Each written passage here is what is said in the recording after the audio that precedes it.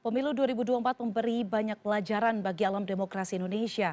Isu soal political fatigue atau kelelahan politik di masyarakat hingga kesiapan infrastruktur digital penyelenggara pemilu jadi atensi. Di 2029 lewat putusan MK nomor 135, pemilu nasional dan pemilu lokal dipisahkan. Sejumlah pihak mulai menyikapi putusan ini termasuk Partai Nasdem yang menolak. Kita akan membahasnya dengan dua narasumber saya pada malam hari ini. Ada Mbak Titi Anggraini, pengamat pemilu dan juga Ketua DPP Partai Nasdem, Taufik Basari atau Bang Tobas. Selamat malam Mbak Titi dan juga Bang Tobas. Selamat malam Mbak Halo. Diana, Bang Tobas. Baik, saya mau ke Bang Tobas terlebih dahulu. Bang Tobas, dulu Nasdem sepertinya juga menggaungkan begitu, membenarkan adanya political fatigue ataupun kelelahan politik ketika pemilunya disatukan. Sekarang ketika pemilunya disahkan lewat putusan MK 135 dipisahkan, menolak. Mengapa demikian?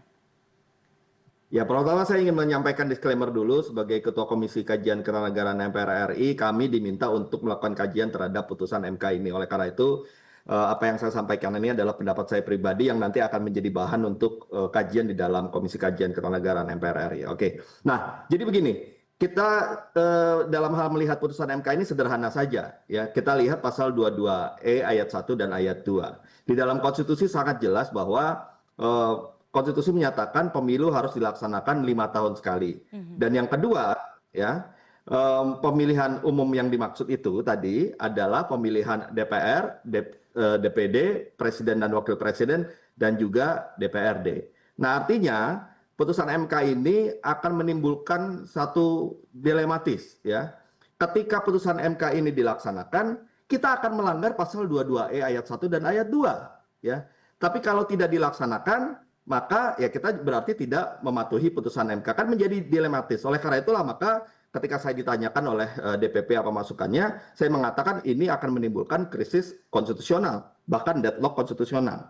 Ya, nah kenapa demikian? Jadi begini, kalau kemudian putusan MK ini dilaksanakan, ya, dengan memisahkan antara nasional dan daerah, di mana yang pemilu daerah ini dilaksanakan paling cepat 2 tahun setelah pemilu nasional. Berarti pada saat 5 tahun setelah periode DPRD ini selesai, kita tidak menyelenggarakan pemilu sebagaimana yang menjadi instruksi atau perintah dari konstitusi. Berarti terjadi pelanggaran konstitusi. Nah, yang kedua, di dalam ayat 2-nya juga disebutkan bahwa yang dinamakan pemilu itu adalah itu tadi, DPR, DPD, Presiden, Wakil Presiden, dan DPRD. Jadi menjadi satu kesatuan, bukan dipisah antara nasional dan daerah. Nah, yang ketiga yang juga menjadi masalah adalah ketika DPRD ini harus diperpanjang periodenya, maka selama perpanjangan periode itu DPRD, anggota DPRD yang sedang menjabat dalam perpanjangan itu tidak memiliki legitimasi demokrasi. Kenapa? Seorang anggota DPRD itu kan wakil rakyat. Tapi dia menjalankan tugas sebagai wakil rakyat dalam masa perpanjangan tersebut bukan berdasarkan pilihan rakyat. Karena dia periode sudah selesai ketika 5 tahun itu sudah selesai. Nah, ini yang menurut saya harus kita carikan jalan keluarnya. Ya, masalahnya terbentur pada dua hal itu tadi. Melaksanakan putusan melanggar konstitusi, tidak melaksanakan, dan melaksanakan pun juga bermasalah. Nah, itu menurut saya yang harus kita pikirkan bersama. Oke, saya langsung mau ke Mbak Titi. Mbak Titi, tadi ada beberapa hal yang digarisbawahi oleh Bang Tobas. Beberapa diantaranya adalah jika DPRD diperpanjang maka tidak punya dasar hukumnya. Kemudian juga tidak sesuai dengan pasal 22E begitu. Nah, menurut Anda seperti apa? Apakah putusan MK 135 ini memang cukup problematik begitu ketika disahkan ada muncul masalah baru, ketika tidak disahkan juga turut melanggar? Seperti apa, Mbak? Ya, dinamika hukum kepemiluan kita memang terus berkembang dari masa ke masa, termasuk juga berkaitan dengan tafsir konstitusional dari Mahkamah Konstitusi berhubungan dengan pengaturan pemilu. Kalau kita cermati, misalnya di pasal 22E ayat 2 saja, itu kan menyebutkan bahwa pemilihan umum dilaksanakan untuk memilih anggota DPR, anggota DPD, DPRD Provinsi, DPRD Kabupaten Kota, dan Presiden Wakil Presiden. Nah, perjalanan konstruksi pasal 22E ayat 2 itu saja tuh sudah berubah-ubah. Pada awalnya 2004 dan 2009 serta 2014 kan Pileg Pilpres terpisah. Pemilu legislatif dulu, 3 bulan setelahnya baru pemilu presiden. Kemudian terbitlah putusan MK nomor 14 tahun 2013 yang menyatakan bahwa pileg pilpres tidak boleh diubah. Maka diselenggarakanlah pemilu serentak sejak 2019 dan juga 2024. Di tahun 2019 ada putusan MK nomor 55 tahun 2019 yang menyatakan model keserentakan itu bisa ada 6 model sepanjang ada prasyaratnya. Pemilu DPR, pemilu DPD, pemilu presiden harus digabungkan, tidak boleh terpisah apapun model yang dipilih. Nah, lalu di 2024 ada putusan 135 dengan mempertimbangkan sejumlah alasan antara lain soal fungsionalisasi demokrasi, purifikasi kedaulatan rakyat dengan memperhatikan original intent dan juga penguatan kelembagaan pemerintahan daerah, maka Mahkamah Konstitusi mengerucut pada opsi pemilu nasional dan pemilu daerah dengan jarak paling cepat 2 tahun, paling lama 2,5 tahun. Jadi tafsir itu juga tidak ajak begitu. Nah, yang kedua soal setiap 5 tahun sekali. Memaknai setiap 5 tahun sekali, kalau kita kontekstualisasikan dengan putusan MK 135, itu adalah asas regularitas periodik 5 tahun sekali harus dibaca dalam bingkai ketika desain keserentakan pemilunya sudah konstitusional seperti apa yang diputus oleh MK dalam 135. Nah, sekarang kita menuju model keserentakan yang konstitusional sebagaimana diputuskan MK. Di dalam putusan MK itu sudah disebutkan pilihan-pilihan penyelesaian masa transisi. Indonesia beberapa kali mengalami masa transisi sehingga regularitas pemilu 5 tahun sekali juga tidak bisa berjalan dengan baik. Contohnya, pemilu tahun 71 itu tidak bisa 5 tahun, tetapi baru dilaksanakan tahun 77, siklus 5 tahunannya. Bahkan di masa reformasi, anggota DPR, DPRD itu harusnya baru berakhir di tahun 2002 yang hasil pemilihan 97. Tapi kan kita transisi nih, demokratisasi. Akhirnya diputuskan pemilu dipercepat menjadi tahun 99. Oke. Nah, dalam konteks ini ketika misalnya ada pemilu nasional, pemilu daerah di 2031 dan kemudian pemilunya menjadi tidak 5 tahun untuk DPRD, dia harus ditempatkan sebagai masa transisi tadi menuju konstitusionalitas desain pemilu serentak nasional dan daerah. Tapi saya setuju tadi dengan Bang Tobas, kajian lebih lanjut diperlukan, pilihan-pilihan yang tepat untuk mengisi masa transisi ini memang harus dielaborasi. Oleh karena itu, rancangan undang-undang tentang pemilihan umum atau revisi Undang-Undang 7 2017 yaitu harus segera dibahas supaya deliberasinya menjadi maksimal antara para pendapat yang beredar di masyarakat kita, Mbak Diana. Oke, Bang Tobas tadi disebutkan Mbak Titi juga bilang begitu ya, wah ini harus jelas begitu, butuh kajian, kemudian revisi undang-undang pemilu ini juga harus segera dibahas. Nah, kajian yang sedang dikerjakan oleh tim kajian MPR seperti apa? Dalam kurun waktu berapa lama? Kemudian ada berapa poin yang ingin ditekankan atau dititik beratkan begitu? Nah, problem dalam putusan MK ini adalah MK mengunci opsi ya dengan menempatkan pilihan itu di dalam amar putusan. Kalau di putusan yang sebelumnya dia memberikan opsi Menyediakan sehingga 6 opsi, oke. sehingga pembuat kebijakan DPR dan pemerintah bisa kemudian melakukan kajian untuk mana opsi yang terbaik yang memenuhi asas konstitusionalitas. Nah, masalahnya dengan menempatkan pilihan sistem penyelenggaraan pemilu di dalam amar putusan berarti hanya model yang dicantumkan dalam amar putusan itu saja yang menurut MK konstitusional. Di luar dari model itu berarti inkonstitusional. Kan begitu cara membaca putusan MK yang ada di amar itu tadi. Nah, ini yang problem ya. Semestinya kalau misalnya sebagai di pertimbangan hukumnya mungkin kita tidak akan mengalami deadlock konstitusional ini. Itu yang pertama. Yang kedua, tadi Titi menyampaikan perbandingan dengan Orde Baru. Orde Baru itu sebelum perubahan Undang-Undang Dasar 45. Kalau kita mau membandingkan harusnya pasca 2004 setelah kita selesai melakukan perubahan Undang-Undang Dasar 45, setelah kita memuat pasal 22E tentang pemilu yang 5 tahunan dengan model pemilu yang seperti apa. Konstitusi kita itu sengaja memang tidak mencantumkan model pelaksanaan pemilu seperti apa yang harus diatur berdasarkan konstitusi. Dia hanya sederhana saja, hanya menyatakan dua hal. Satu, 5 tahun sekali. Dua adalah pemilu yang dimaksud memilih DPR, DPD, Presiden Wakil Presiden, dan DPRD. Hanya dua itu saja, tidak ada hal-hal lain. Artinya apa? Model sistem pemilu itu dinamis, diserahkan kepada pembentuk undang-undang.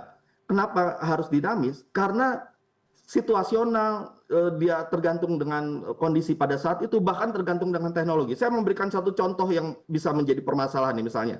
Anggaplah teknologi kita kemudian bisa maju. Kita bisa melakukan e-voting di pemilu yang berikutnya, misalnya 2029. Misalnya saja ya. Berarti ya, problem yang ada di dalam putusan MK itu kan tidak lagi relevan. Sementara MK sudah menguji di dalam amar putusannya. Nah, inilah yang menjadi soal.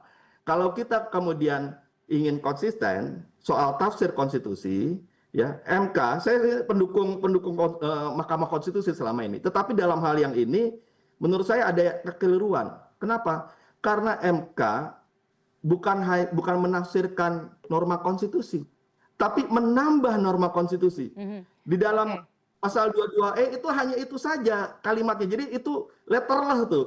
Mau dikaji secara historical, gramatikal, semua apapun model tafsir konstitusi, dia tidak akan ya seperti apa yang menjadi putusan dari Mahkamah Konstitusi, karena sudah sangat jelas hanya itu saja yang tertulis di dalam norma konstitusi. Jadi bukan soal ada transisi dan sebagainya. Menurut saya itu tidak tepat lah kalau kita masuk ke situ. Oleh karena itu menurut saya ya, kita kan mau ke depan nih.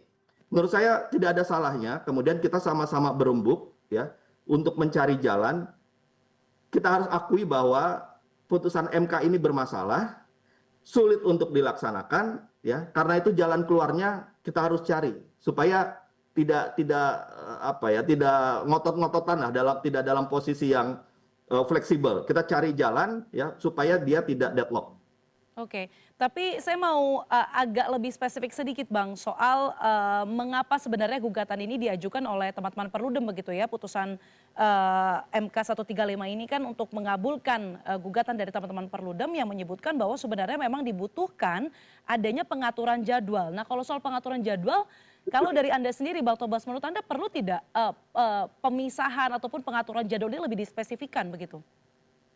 Setuju. Pemilu kemarin itu fatigue ya, itu melelahkan, penuh masalah, bahkan kualitasnya pun juga kita tidak bisa katakan baik ya, money politik di mana-mana dan seterusnya. Jadi memang kita harus perbaiki.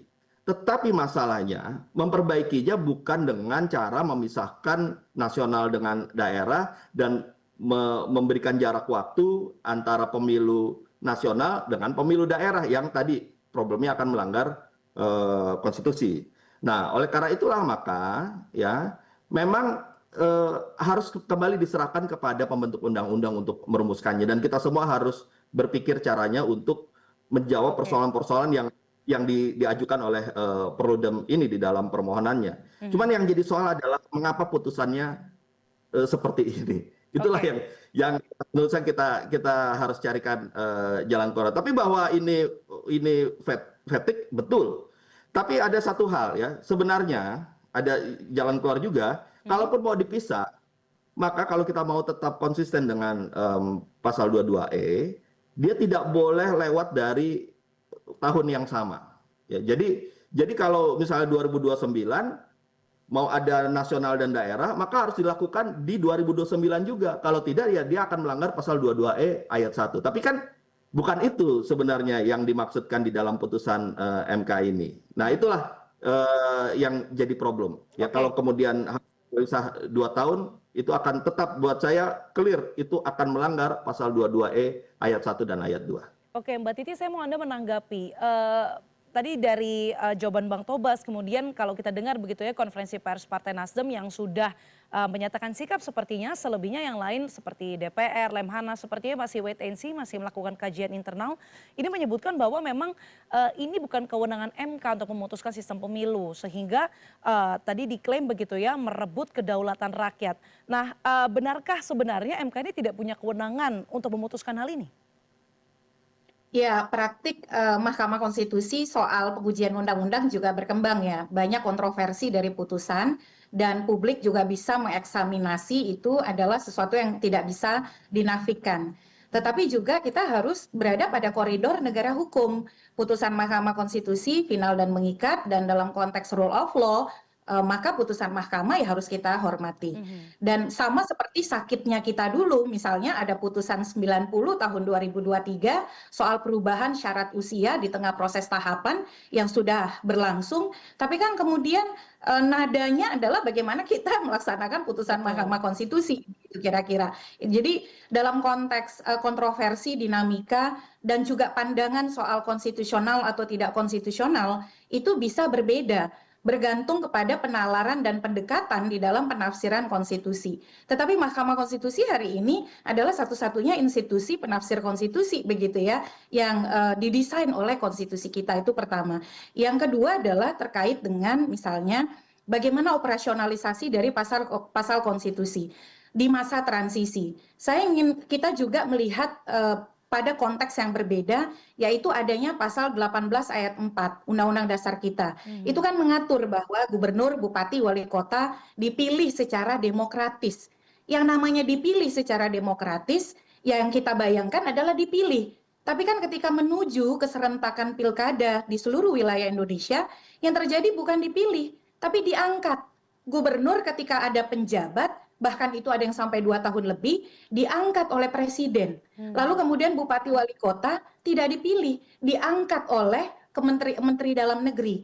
Nah, dalam konteks ini, jadi praktik untuk menuju penataan jadwal, seperti halnya ketika waktu itu menuju Pilkada Serentak Nasional, itu sudah pernah kita lakukan. Norma konstitusinya mengatakan dipilih, tapi kemudian ketika dia di masa transisi, itu yang dilakukan adalah pengangkatan penjabat. Nah, itu poin yang kedua.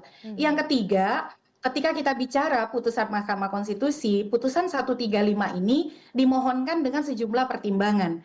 Nah, salah satunya mengapa kemudian ada pergeseran pendirian hukum Mahkamah Konstitusi, kita kembali pada trajektori awalnya ini adalah open legal policy, putusan 55 tahun 2019. Tapi salah satu dinamika yang berkembang soal ada himpitan tahapan yang tidak sejalan kemudian penjadwalan pemilu dengan desain kelembagaan penyelenggara pemilu di pasal 22E ayat 5. Pasal 22E ayat 5 itu disebutkan pemilihan umum dilaksanakan oleh suatu komisi pemilihan umum yang bersifat nasional tetap dan mandiri. Tapi desain penyelenggaraan pemilunya habis diborong dalam 2 tahun. Betul. Kalau bersifat tetap, lalu kemudian kan tidak ketemu nih antara desain penjadwalan pemilu dengan karakter penyelenggara pemilunya yang tetap 5 tahun. Itu juga menjadi pertimbangan. Lalu kemudian pelembagaan partai politik. Dan yang penting yang kedua adalah desain otonomi daerah di mana pemerintahan daerah dan isu-isu yang berkutat seputar itu ternyata tidak mendapatkan tempat secara proporsional dan layak begitu ya di dalam desain pemilu kita selama ini. Dan yang terakhir saya kira Mbak Diana tambahannya, ruang open legal policy atau kemudian pembentukan aturan kepada pembentuk undang-undang itu sudah diberikan. Tapi kan pasca putusan nomor 55 2019, pembentuk undang-undang tidak mengevaluasi Undang-Undang 7 2017. Pemilu 2024 berjalan tanpa ada perbaikan aturan yang seharusnya diperankan oleh pembentuk undang-undang. Makanya terjadi betul-betul misalnya yudisialisasi politik, pengujian undang-undang yang luar biasa beruntun karena masyarakat tidak mendapatkan peran legislasi itu yang seharusnya dijalankan oleh pembentuk undang-undang. Kira-kira begitu Mbak Diana. Oke, baik. Kita nantikan seperti apa mungkin kajian dari DPR, kemudian ataupun pihak ataupun pemangku kepentingan lainnya soal ataupun pasca putusan MK ini. Kalau Mbak Titi menyebutkan pada saat putusan 90 kita bisa legowo begitu ya. Mengapa demikian di putusan ini tidak bisa? Kita nantikan bersama. Terima kasih dua narasumber saya pada malam hari ini. Ada Mbak Titi Anggraini, pengamat pemilu, dan juga ada Ketua DPP Partai Nasdem, Bang Tobas. Selamat malam Mbak Titi, Bang Tobas. Terima kasih. Selamat malam. Selamat malam.